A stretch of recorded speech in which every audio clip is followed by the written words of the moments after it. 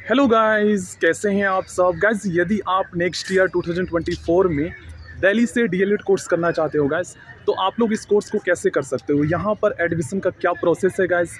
दिल्ली में एडमिशन के लिए जो है आपकी क्लास 12th में कितने % होने चाहिए, यहाँ पर कितने प्राइवेट कॉलेज हैं एंड कितने गवर्नमेंट डाइट कॉलेज हैं। डाइट कॉलेज में एडमिशन के लिए दोस्तों आपको एंट्रेंस एग्जाम में कितने नंबर लाने होंगे। यहाँ पर जो एंट्रेंस एग्जाम होता है दोस्तों, इसमें 150 क्वेश्चंस पूछे जाते हैं और आपको दोस्तों इसमें पास होने के लिए अगर हम बात करें तो आपको 35% लाना होता है।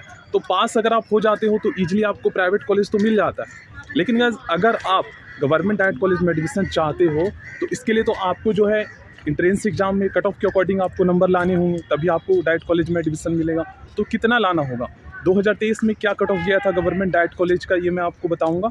सबसे पहले हम बात करते हैं दोस्तों दिल्ली में इस कोर्स में एडमिशन के लिए जो है ना फॉर्म कब निकलते हैं। तो यहाँ पर जो एडमिशन का बस एक ही डेट है गाइस। हर साल जब भी सीबीएसई क्लास 12 का रिजल्ट आता है, सीबीएसई क्लास 12 का जो रिजल्ट है ये दोस्तों मई जून में आता है। तो मई जून के आसपास ये एडमिशन स्टार्ट होते हैं, ठीक है ना। अगर हम 2023 की बात करें तो 2023 में दोस्तों जो एडमिशन स्टार्ट हुआ था ये 12 मई के आसपास स्टार्ट हुआ था, क्योंकि सीबीएसई क्लास 12 का रिजल्ट 12 मई के आसपास ही आया था और एंट्रेंस एग्जाम आपका 17 जून से हुआ था। तो ये है कि फॉर्म जो है मई में आपका निकलता है सीबीएसई क्लास 12 का रिजल्ट आने के साथ, और जो एंट्रेंस एग्जाम है ये 20-25 दिन बाद होता है, ठीक है ना। लेकिन एंट्रेंस एग्जाम यहाँ पर टाइम पर ले लिया जाता है। आई होप आपको समझ में आया होगा। अब गाइस हम बात करते हैं फीस की। तो यहाँ पर जो प्राइवेट कॉलेज है, जो मान्यता प्राप्त कॉलेज है, यहाँ पर लगभग 25 है और इसमें जो सीटें हैं टोटल लगभग 2500 से 2600 के आसपास है। और इस चाहे वो प्राइवेट कॉलेज हो या गवर्नमेंट डाइट कॉलेज हो, इन सभी कॉलेजेस में एडमिशन के लिए दोस्तों आपको एंट्रेंस एग्जाम देना होगा। बाकी आपके नंबर के आधार पर ही जो है ना आपका सिलेक्शन होगा, क्योंकि आपके नंबर के अकॉर्डिंग जो है आपका रैंक लिस्ट जारी होता है और सीट के अकॉर्डिंग जो है आपके रैंक और एंड सीट के अकॉर्डिंग जो है आपको कॉलेज अलॉट होते हैं, ठीक है ना। इसमें लगभग 2 से 3 मेरिट लिस्ट जारी होता है, कट ऑफ लिस्ट बोलते हैं जिसे हम। तो इस तरीके से मतलब ये प्रोसेस है एडमिशन का।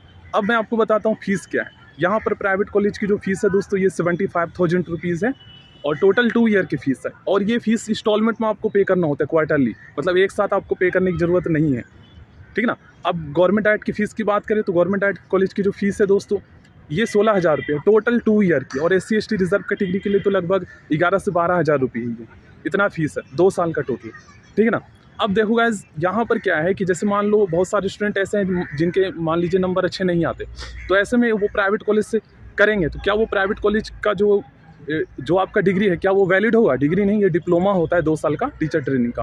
तो क्या ये वैलिड होगा। तो आप देखो SCERT दिल्ली एडमिशन ये ऑफिशियल वेबसाइट है। जब आप एंट्रेंस एग्जाम का फॉर्म भरोगे तो इसी वेबसाइट पर जाकर आप भरोगे, और जब आपका रैंक लिस्ट जारी होगा तो उसके बाद आपको काउंसलिंग करना होता है। काउंसलिंग का मतलब ये है कि उस टाइम पे क्या है ना कि आपको कॉलेज प्रेफरेंस फिल करना होता है। जैसे मान लो कौन से कॉलेज में आप एडमिशन लेना चाहते हो, तो जैसे ये है कि आपको जैसे मान लो आपको ऐसा लगता है कि गवर्नमेंट में अगर हो गया तो हो गया, अगर गवर्नमेंट में मेरा नहीं हो पाता है तो मैं प्राइवेट कॉलेज से भी कर सकता हूँ इस कोर्स को। तो सेकंड ऑप्शन में आप प्राइवेट रखना है। तो कॉलेज प्रेफरेंस में क्या है ना कि जैसे आपको कॉलेज प्रेफरेंस में जितने भी कॉलेज रिकॉग्नाइज है, मान्यता प्राप्त, ये सभी आ जाएंगे जब आप फॉर्म भरोगे।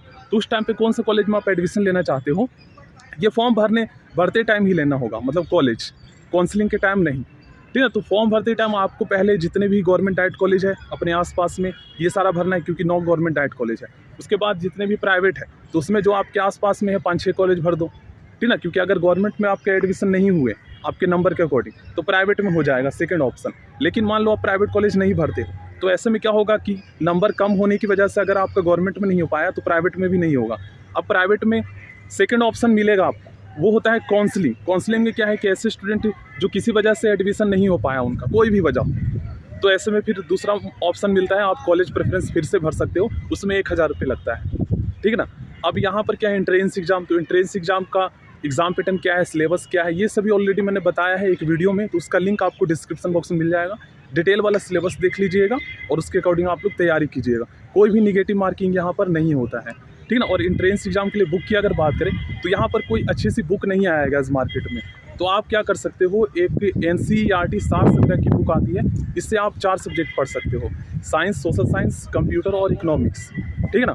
और आप क्या कर सकते हो, लुसेंट की भी बुक ले सकते हो, उससे भी आप पढ़ लो, ठीक है ना। बाकी मैथ के लिए दोस्तों यूट्यूब से पढ़ सकते हो, हिंदी के 10 क्वेश्चन आते हैं, इंग्लिश ग्रामर के 10 क्वेश्चन आते हैं, तो ये आप क्लास 10th लेवल के क्वेश्चन पूछे जाते हैं, इससे कंप्लीट कर सकते हो। So thank you, next video मिलते हैं।